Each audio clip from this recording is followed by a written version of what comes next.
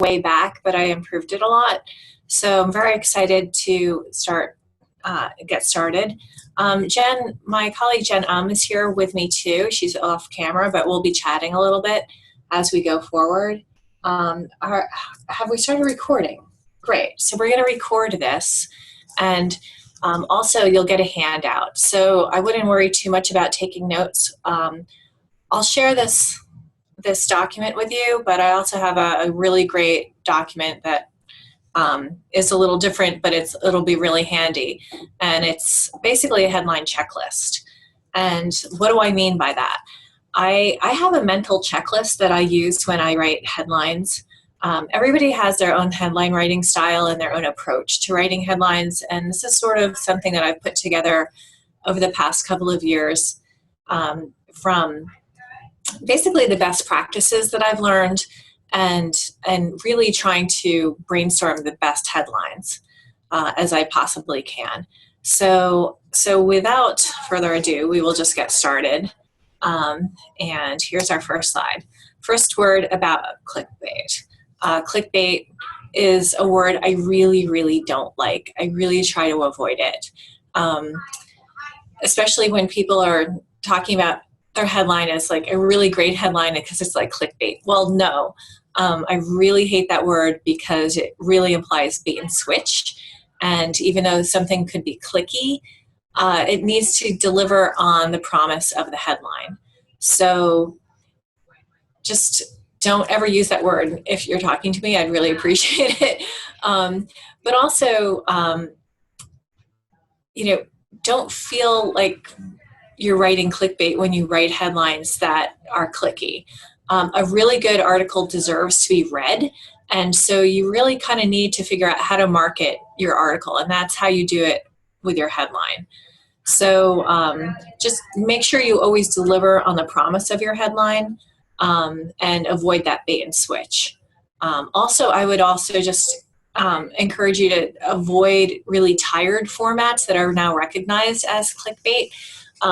Because people on the web are pretty savvy, and they kind of are getting used to headlines that are getting tired, like words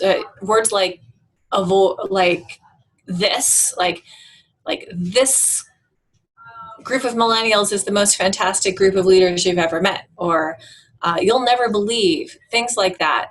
You just kind of want to avoid those tired formats. So that's something to think about going forward. I really don't want to use that word clickbait. Use clicky, and think about how to get people reading your stuff. So the first thing I do when I'm writing a headline is I really try to think about who my audience is. And our audience for Inc. is pretty straightforward, and that's kind of great because it's very, very discernible. It's the small business owner, the entrepreneur, or people who want to be entrepreneurs. And so we're really fortunate that we have a very discrete set of people that we're writing for. And think about how you want people to feel when they're reading your headline and when they're reading your story. That's really important. Also think about how you can catch the reader's attention. It's really all about that. What we want to do is just make the reader pause just a little bit and consider whether or not they want to click on the piece. You just don't want people to just avoid or just like glaze through reading your story, you're reading your headline and just ignore it. You want to try to catch their attention. The other thing that's really important right off the bat is to think about the article's keywords. And if you do that before you write the story, you'll be in much better shape. So those are just some things that I think about even before we start. But once we have a concept going, here are my pro tips that I like to give people, is to write the headline first before you write the story. It's so much easier to write a great headline for a story concept and then write the story than it is to write the story and then try to retrofit a good headline to work for that story. So, so I know it's very tempting to write the story first, but if you really think about those things that we talked about, writing for the a specific reader and what you want them to feel like, trying to gain their interest, it's really helpful to write the headline first. Also, write for humans, not SEO. It's very obvious sometimes people are writing for SEO and using a lot of keywords, and it gets really ground down and very boring. So SEO is important, but frankly, good writing is good SEO, so you're going to be okay with that. Also, write 25 headlines for every story. A lot of people do not want to do this, but if you really want to get good at writing headlines and you feel like your stories are really important, you should try to write at least 25 for each piece. I know it takes a lot of time and it can be very painful, but if your story is important enough to be written, then it's important enough to be read. And you got to get people to read the story. And that's really the way you do it, is through the headline. So when you write those 25, realize that the vast majority of them are going to be terrible.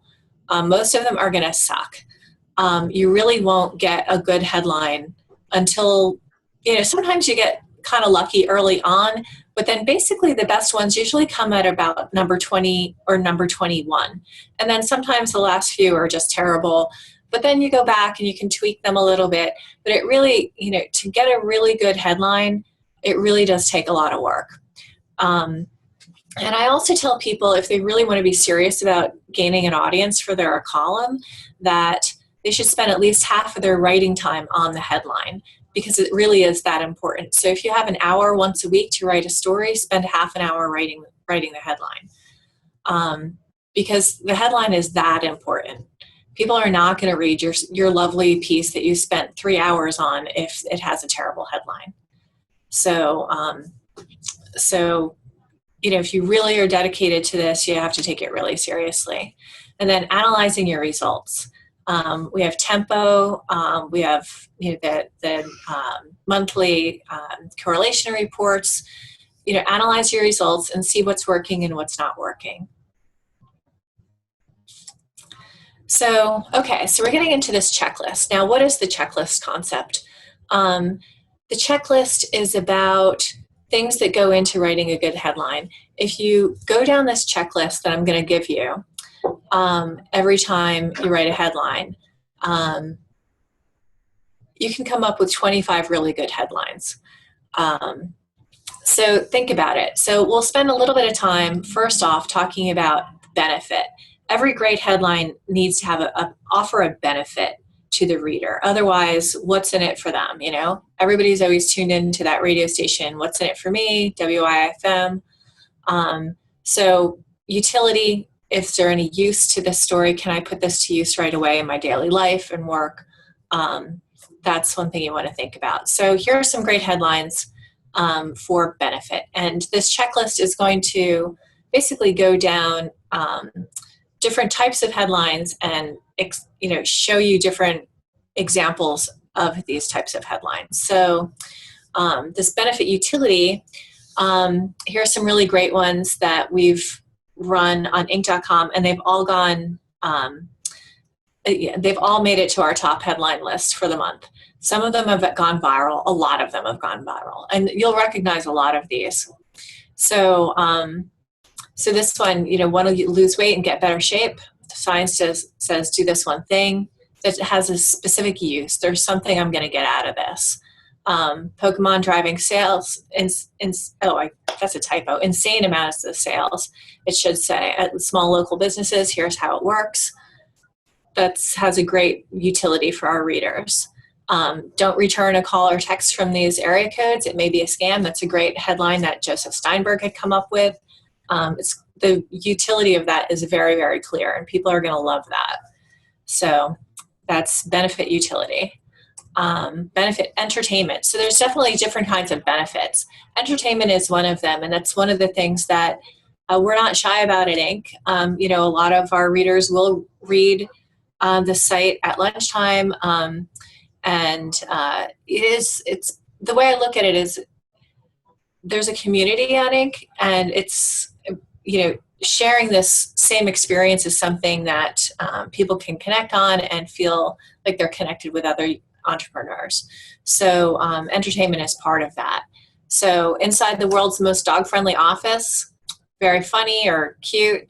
No, Megyn Kelly shouldn't have worn that dress. That's a national conversation that people enjoyed. The latest burger from McDonald's is going to make you queasy just looking at it. That was one of Chris Matijic's pieces. That's a benefit that is all about entertainment. So that's something to think about. Benefit, the emotional payoff. Is there an emotional payoff to this story? And this is one of the things that'll really help you when you're writing your headlines before your stories. So if you think about what's the benefit, is there an emotional payoff in this story? Here's some headlines that offer a emotional benefit. Want to be happier? Ask yourself this question every morning. Neuroscience says listening to the song reduces anxiety by up to 65%. This 23-minute morning ritual will transform your day. It's a promise of an emotional payoff if you read that piece. So, okay, so this next section is a lot about the curiosity gap and how to intrigue people and engage their attention. Basically what you want to do is just interest people enough just to pause to click. So here's some great examples for that. Work, sleep, family, fitness, friends, pick 3. Mark Cuban makes it very clear which candidate he's not voting for. IKEA's awesome new product will be your favorite thing in the kitchen. So that kind of just gives you an idea of what the story is about, but it's very, very interesting. But it doesn't give away the main point. Yeah. So here's more on the curiosity gap. Does it catch people's attention? And these are very attention getting. The worst thing that could happen at Facebook is already happening. Want to raise a trailblazing daughter? The notorious RBG says do these 7 things. 10 dumb rules that make your best people want to quit. Does it pique the reader's interest? Here's what really happened at that company that set a $70,000 minimum wage. Newly retired Marshawn Lynch hasn't spent any of the $50,000 he's made in his NFL career. Emotional Intelligence 101, why Millennial's letter to Yelp CEO got her fired. Those will really pique people's interest. Is there a curiosity gap? These are great examples of the curiosity gap. Is everybody familiar with the curiosity gap is? I mean, that's basically what we're getting at, is how to intrigue people so that they need to click through, and the headlines don't give it away. So one dead giveaway that an employee is about to quit according to science, 8 unexpected signs you're smarter than average, 17 selfish things other passengers do to make their travel better and yours worse, ranked in order of pure deviousness. That was one of Bill Murphy's hits from a while ago. So you can see these are sort of intriguing, but you don't actually know what the story is about exactly. You have to click through to find out. So, okay, this is a great tip, and this is something that's almost like a surefire hit if you can really do this right. Include a recognizable name, and it can be a company, a city, a person, anything that's sort of recognizable. People are really interested in other people, and they're very interested in brands that they know, and they want to know about people that they know, as opposed to little known people, unless there's something really extraordinary about them. But one way into hooking the Inc. reader is to write about some of their favorite people or companies that they're very interested in. So Warren Buffett, Elon Musk, Harvard, definitely big names that people are interested in. So 7, let's just go through these 9 things Warren Buffett says you should do to be happy and successful. Elon Musk's 6 habits for staying insanely productive. This 75-year Harvard study found the one secret to leading a fulfilling life. Recognizable names, can't really go wrong with those. Numbered lists. Everybody knows what a listicle is, I think, at this point. Maybe some of the newer columnists might not have ever heard that word before, but it's something, that's definitely intriguing for our readers. Why is this a tired format? These are questions. And you notice I've only given you one example here because it's kind of obvious what a numbered list is and our listicle. There's a couple things that are going on with numbered lists. One is people really get a very good sense that there's something useful in a list. There's something actually there that they're going to get something out of that story. So that's one of the reasons why the promises of the numbered lists always work. And also there's a number, and the numbers tend to really intrigue readers. For some reason, it just makes your eyes stop a little bit when you see a number in a sentence. So you pay attention a little bit more, and that's what we're really looking for, is just people to pause just enough to consider whether or not they're going to go and click through. So numbered lists, yeah, some people think that they're tired, but if it's a really compelling list, I will click on it every single time. I also just want to add that the more odd numbers do a bit I'm better. so glad you asked that. Perfect. Great. Is there an oddball number? That was Jen. She's sitting here with me. 32 incredible useful business gadgets for 2015. 17 simple habits that make you look more professional. All extremely confident people give up these 13 habits. Now, what is it about the oddball numbers? Well, first of all, it's the number, so it's going to make you pause a little bit when you're reading the headline. But secondly, it's an odd number, and it just really intrigues you. Like, why is it 17? That's crazy. You got to figure, like, the 17th reason has got to be really, really good. Or the 32nd habit, has got to be really great. So, the oddball numbers really pack a even more powerful punch. And we've seen this play out over and over and over. So, even some of the very large oddball numbers are really very interesting to readers. I remember, was it about a year ago, back in December 2015, I guess a year and a half ago at this point, one of our columnists wrote a piece about 365 motivational quotes for 2016. And, those large numbers really, really intrigued people. That was really well timed. People really liked that story. So what's up next? The subgroup. This is really one of my favorites too. So this almost kind of gets into this, headline psychology that really interests me. So people like to associate with people that they identify with.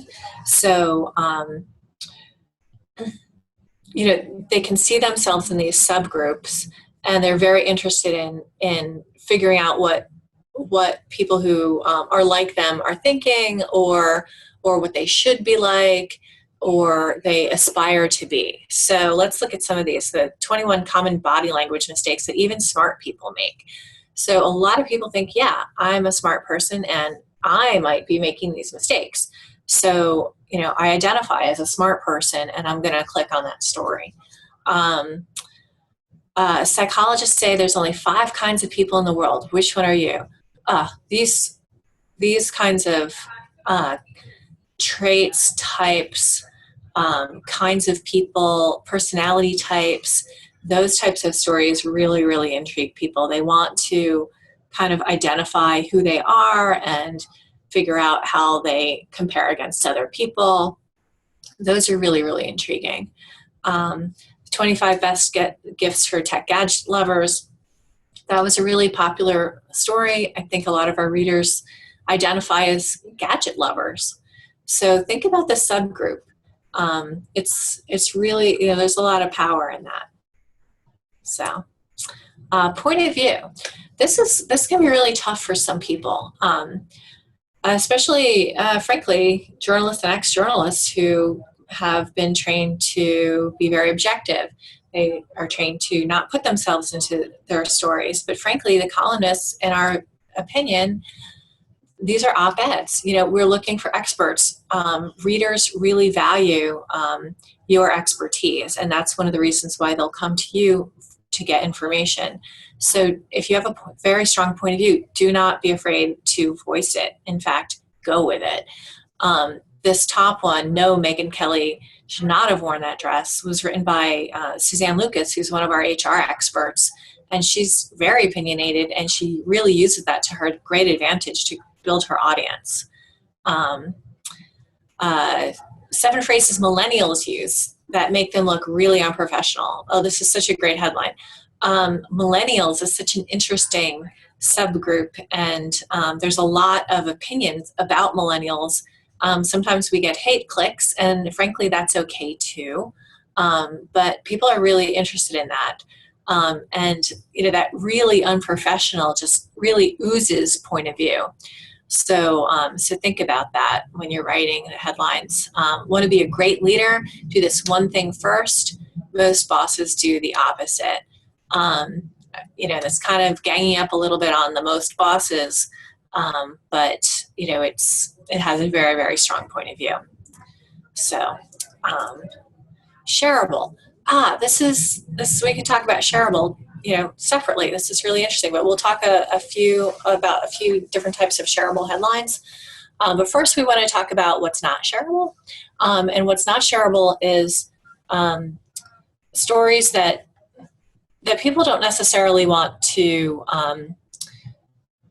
even read or share, but they might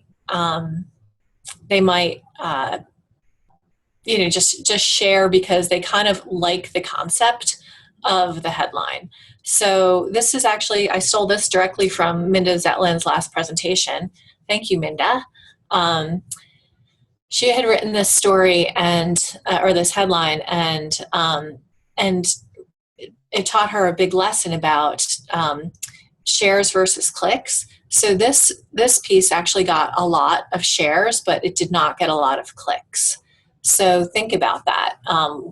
People just loved this headline so much that they wanted to share it, but they got everything out of the headline, and so they didn't really need to click through. So be careful about the shareability. But shareable. Okay, so shareability. Different types of shareability. Would I tell my friend about this? So think about, stories that are sort of entering the national conversation or continuing an existing conversation. We'll get to that a little bit too. A lesson in leadership, 2 football coaches, 2 players' mistakes, and 2 very different reactions. It's a great conversation. 20 embarrassing phrases even smart people misuse. I might share that with my friends or my mom. Want to raise successful daughters? Science says nag the heck out of them. That's one of my favorite headlines, comes up a few times in this presentation. But would I want to share or tell my friends about this? Would it make me look smart, cool, or reflect my values? That's a big part of shareability. Want to look cool? Who doesn't want to look cool? Green beret, according to a Green Berets are like very, very cool, generally speaking, in our society. 20 things the most respected bosses do every day. Who doesn't want to be a respected boss? So, does this reflect my values? Think about that. If you're writing a story, and we'll get to this a little bit, that's kind of sour and a downer, like people might not want to share that because it doesn't reflect well on them. So they might read it, but they might not share it. Shareability, is it funny? Oh yeah, here's my favorite headline again. Raise successful daughters, nag the heck out of them. 10 ways to judge someone's personality before a word is said, ranked in order of deviousness, very funny. Marissa Mayer's 130-hour work week is hogwash. I think that's kind of funny. So people want to share things that are funny. Okay, shareability, is it useful or helpful? That's something that people think about before they share something. So it gets back to the utility concept. Is there a benefit here? And is the benefit useful? So Steve Jobs knew how to run a meeting. Here's how he did it. Ending your emails with this one word vastly improves the response rate. Boy, did I click on that email, that headline very quickly. Oh, again, email phrases, passive aggressive email phrases. Here's what they really mean. I clicked on that one very, very quickly. So shareability, is it inspiring? So if something's inspiring, a lot of people will want to share it. Meet 50 young entrepreneurs aiming to change the world. The 8 best industries for starting a business right now. How a Mexican janitor invented flaming hot Cheetos. There's an inspiring story there. So, shareability. Would this appeal to older women? Want to raise successful kids? Science says do these 7 things every day. Oh, about why older women, right? Good point. We talk about this because it turns out that older women, middle-aged women, are among the biggest sharers on the internet. So if you can appeal to them, you have a better chance of actually having your story shared. So, it's just something to keep in mind. You don't have to think about writing for women, but, if you can, there's a big benefit. So here's some headlines that, might be a little bit more oriented to women. You can make the case either way, but these seem to fit. So work, sleep, family, fitness, friends, pick 3. Want to work from home? Amazon is hiring 5,000 people to work from their kitchens and living rooms. I really like that headline for a few reasons. One, Amazon is a big name that people are really interested in. Our readers are really interested in hiring stories. There's a big number in that story, and working from home is a big issue too. So for our readers, they're just really interested in that. So that's a really powerful headline right there. So what else do we have about shareability?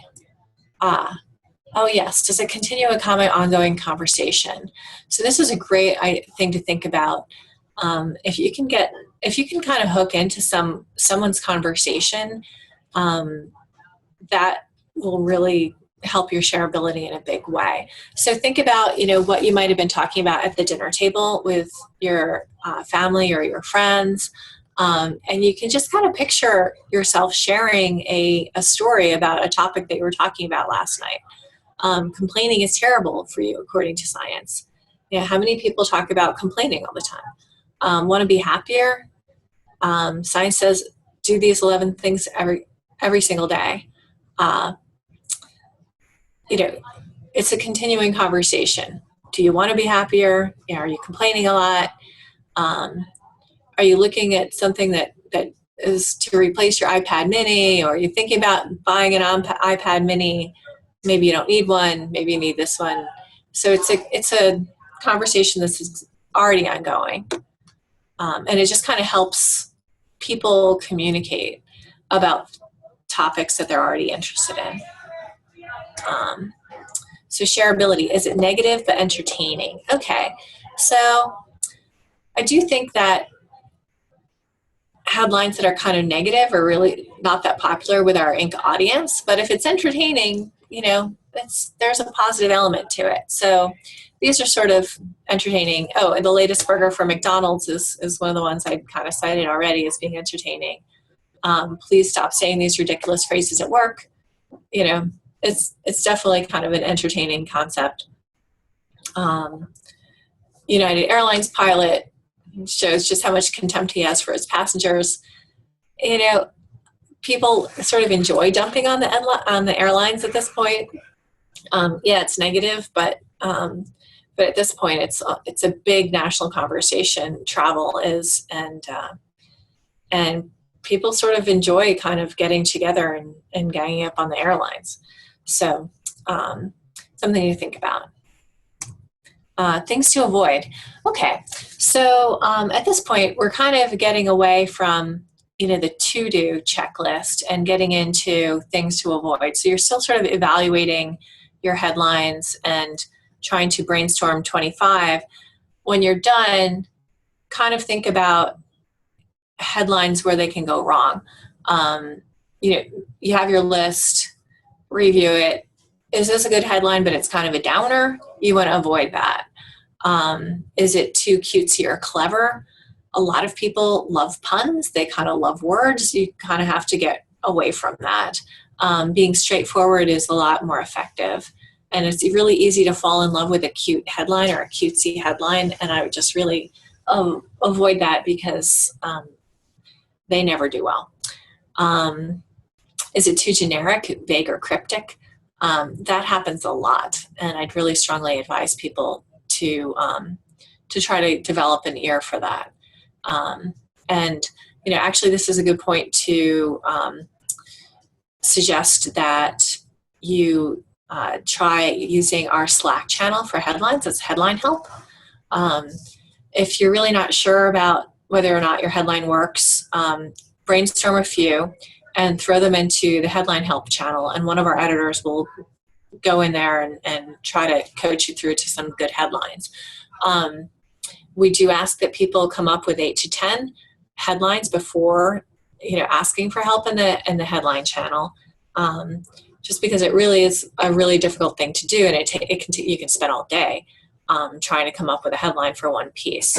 So we do want people to try to master the art of writing headlines on your own before going and asking for help.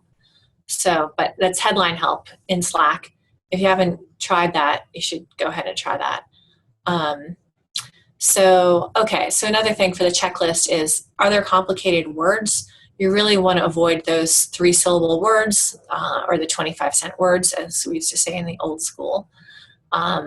It's just going to slow people down, and people are going to have a hard time reading the headline, so their eyes are going to glaze over. Jargon, same thing for jargon. You're going to lose a lot of people if you use jargon that people don't understand. And same for abbreviations. It can be really a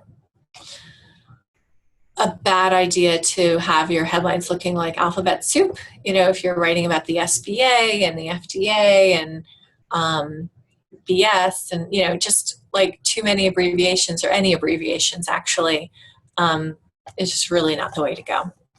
So let's see. This is a great checklist for a headline. Thinking about if there's a hero and a villain, it adds a lot of drama to a headline. If you can really think about who's the good guy and who's the bad guy in this story. So here's some great examples of that. 8 ways emotionally intelligent people deal with toxic people. Great stuff. Toxic people, who doesn't hate them? Want to be a great leader? Here's one thing: do this one thing first. Most bosses do the opposite. So want to raise successful boys? Science do this, but their schools probably won't. So in that one, you're sort of like you're the implied hero to a certain extent. In this case, the schools are kind of the villain because they're not doing what they need to do to raise successful kids. So that's a great tip. Show a journey. Oops, I left one off here. But the journey headlines are really one of my favorites because they really create a compelling storyline that people want to read.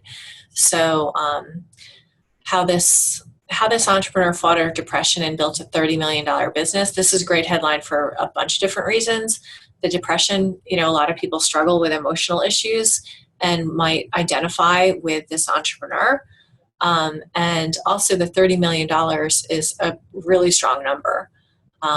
So as a sort of emotional element plus the number is great. And it's going, from dark to light, or from depression to success. It's very compelling.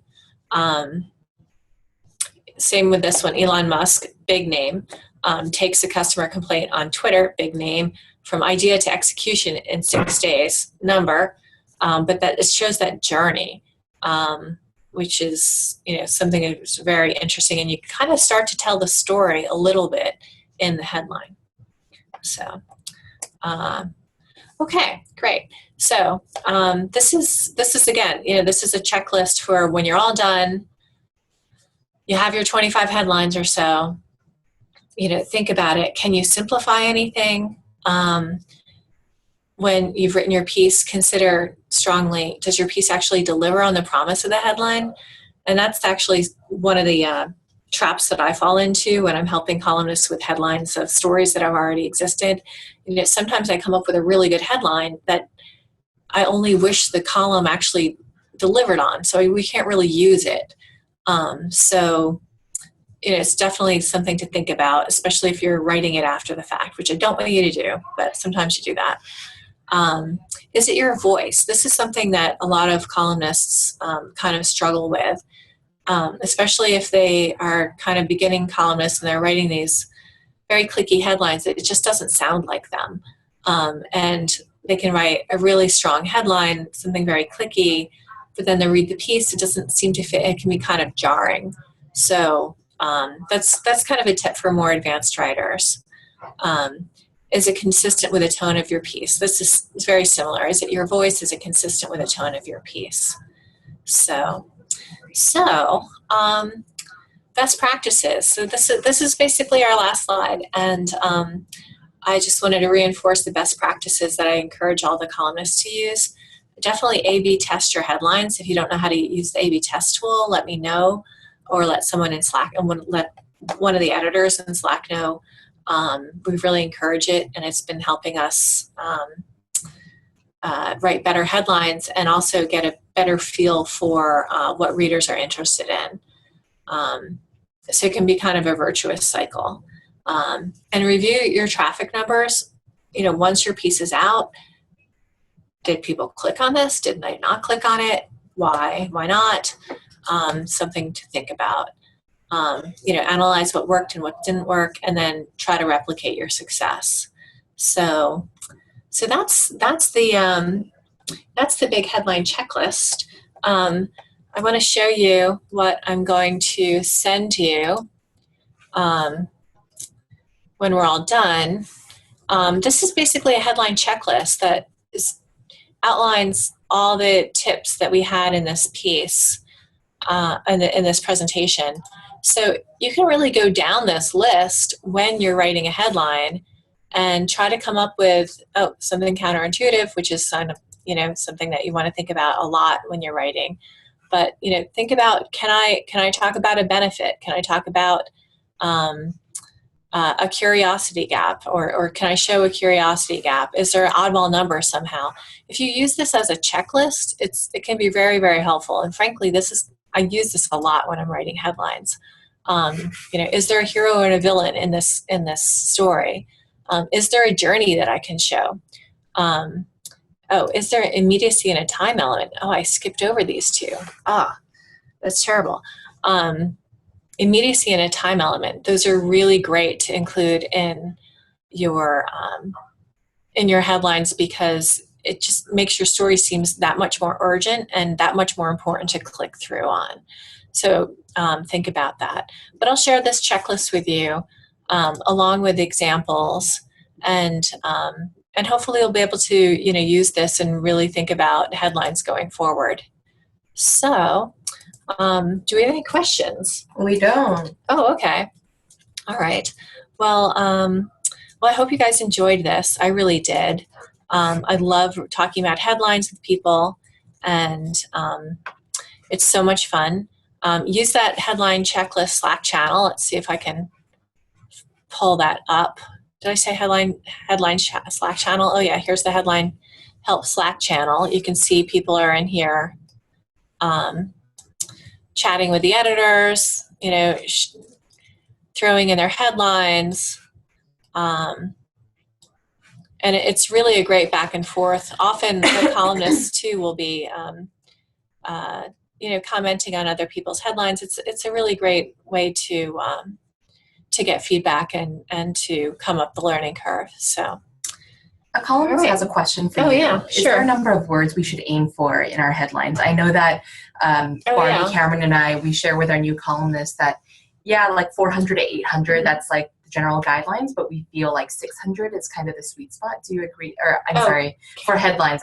I totally misread that. No, I hear you. Yeah, but for headlines, is there like a specific? Well, yes and no. So, when we're talking about keywords, try to put your keywords in the front for so many reasons, but they're going to catch readers' attentions and also help signal to the reader what the story is about in a very direct way. But put those keywords in the front, and I would say make sure that those keywords are in the first 65 characters of the headline. And the closer they are to the front, the stronger signal it'll show to the search engines and the spiders that are crawling the web, and deciding how to rank this story in their search engine rankings. So it's important from that perspective. But after the 65 characters, as long as you're not really worried about losing SEO juice and keywords, I wouldn't worry about it. They can be as long as you want them to be. But it is something to think about. It has to really signal to the reader at the front what the story is about, not just for the search engines, but also for things like newsletters. If it's in a subject line of a newsletter, or if it's an email, maybe only the front of the headline is going to display. And if you block up the front of the headline with things like, reasons why and what is and things like that, you might not see those very important signaling keywords right away. So that's one reason. Also on Facebook too. Facebook, shows often only a portion of the headline, and it's only going to be the first part. So it's really the first part of the headline that's really important. Cool. Another question we have is it true that odd numbers attract more than even numbers in a headline? Well, I think it really depends on the piece. I think that, oh, you mean odd numbers as opposed to oddball numbers? No, like 7 compared to 4. Oh, yeah. I don't know. I think the jury's out on that. But I think 11 might be more compelling than 10, because people are going to think, well, what's the 11? What is that last tip that was so important that you couldn't come up with a round number in a 10 part listicle? So I don't think really. I mean, once upon a time, I used to think really, 7 was the best number in a numbered list, and then for a while I thought 9 was the best number. But now. It doesn't. I don't really have a preference, or I don't really see a trend, I guess I'm trying to say. Yeah. So we have another question. This is less about headlines, and Sean, I feel like it's more about SEO, and we're going to have webinars on that soon as well. But since we have most of the new columnists here, I'll have Laura touch on it. He's asking, what's the idea about having 3 links in the first 3 paragraphs? Does that improve engagement, or does it distract? Oh, yeah, that's great. Yeah. Well, it can distract if it's done badly, but it can improve engagement if you've got, good stuff that is really relevant underneath those links. The thing that you want to keep in mind is that you really want to help the reader, and it's really about serving the reader all the time. So what we ask our columnists to do is put at least 3 links in the first 2 paragraphs of each story. And part of that reason is because it does help our SEO. If there's a lot of internal linking in a site, it shows the search engines that there's a lot of really good information on Inc. and it's really tightly integrated, and that the site is really, really focused on entrepreneurship and these topics that we're linking on, so that there's a rich depth of content on Inc. And you are actually helping the reader in providing them more information on topics that they're interested in. So think about it that way. Another important thing to think about is that our content is distributed on the web, and you can get a lot of links, a lot of extra clicks to your stories that you link to, that you might otherwise get if you didn't have those links. So for example, if somebody shares your piece, well then they have an opportunity to click on those links at the top of the story. Or if our stories go out on Facebook, they can click, readers can click on your story. or we just started a new distribution partnership with MSN. If that story ends up on the homepage of MSN, and you have a link to one of your own stories at the top of that story that gets picked up, you're going to get a lot of clicks. In fact, that happened this week. And it was like the 5th link in a story that popped up on MSN. MSN just selected it from our newsfeed that we provide them. And all of a sudden, we noticed this big flow of traffic coming from this oddball story that we hadn't seen in a few months, but one of the columnists had put on a link to it in a really relevant place that readers were really interested in that topic, and they decided to click on it. And lo and behold, it brought more traffic to that author. So, yeah, if they're done poorly, they can be a distraction, but it's all in how you write them. And think about, you're writing for humans, you're not writing for SEO, and you really want to provide value to the reader. Yeah. We have another question. Do longer headlines work better than shorter headlines? Yeah, that's a good question. Well, I probably would say no. It's really all about good writing in the end. One of the trends that we've seen lately, though, is that people will take sort of like 2 headline concepts and sort of mash them together. So there might be a question headline, and then kind of mashed with the sort of like a curiosity gap part of the answer for another headline fragment, and then put them together, like do you want to raise successful kids? The notorious RBG, has these tips. So that kind of thing. So I don't think longer headlines necessarily work. I mean, it's really about the quality of the headline. If it's good, it's going to work. But, luck also plays a role too. But I don't think longer headlines necessarily are better. Mm-hmm. Yeah. We're actually getting a few more questions about the SEO linking. Oh, great. Yeah. So one of the questions was, why within the first 2 paragraphs do we have to link these? I find it often holds me back from writing a cliffhanger opening or something more story-based. Oh, yeah. Well, first of all, I would sort of avoid the delayed leads. I would really, encourage you to get straight to the point. I agree. Because you don't want to waste your readers' time. Our readers are like really, really, pressed for time, and often they're just scanning. So, you want to be, telling the reader what the story is about from the very beginning. You don't want to make them wait. You want to hook them right away. So frankly, often I tell people when you write a column, you can usually just zap out the first 2 top paragraphs. I'm not saying that for this piece, but most of the time, a lot of people can just like zip out the top of their story, and it's actually much better. Mm-hmm. So think about that. But the keywords, you're really helping the reader by using the keywords, because you're coming out and you're telling the readers what the story is about. That's why we want them at the top that's just a good writing principle. And that's one of the reasons why it really works well at the top of the story.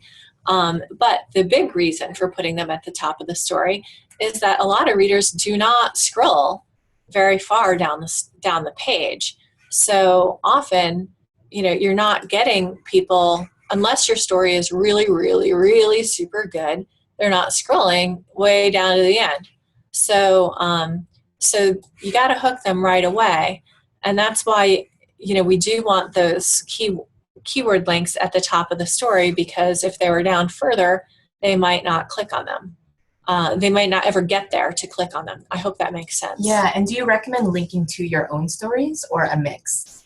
Oh, well, I have no problem with linking to your own stories if they're really good and if they're super relevant and if they're going to help the reader. So, I really do. I have no problem with encouraging columnists to link to their own stuff, but it's got to be good. So, if you don't feel like you have a really good story about that really works with a specific keyword, then go look for something else that works. And what about linking to pieces outside of Inc.com? What's your hard and fast rule on that? Oh, yeah, I encourage it, especially if it's a report or something that you're directly referring to. This Marcel Schwantes piece is really great. This is a very relevant link right here to the New York Times. I don't know if you guys can see that. If you're citing something, it's great to be able to help the reader. We're really all about, being a service to the readers. So I'm fine with that. Would I do it excessively? No. Would I do it for no reason? No. You want to have a reason.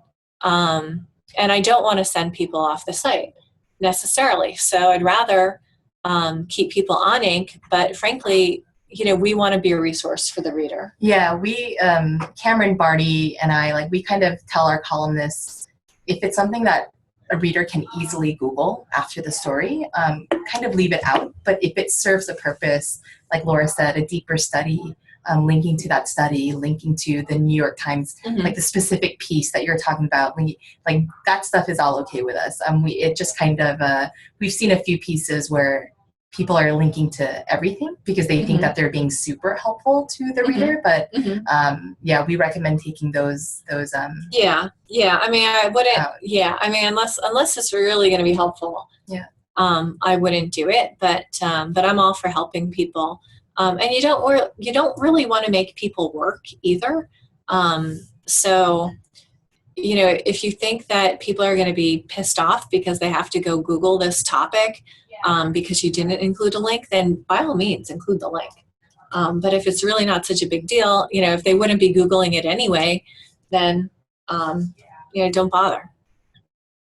So great questions. Love it. Yeah. Again, if you guys have any other questions, feel free to email me, jeum@ink.com.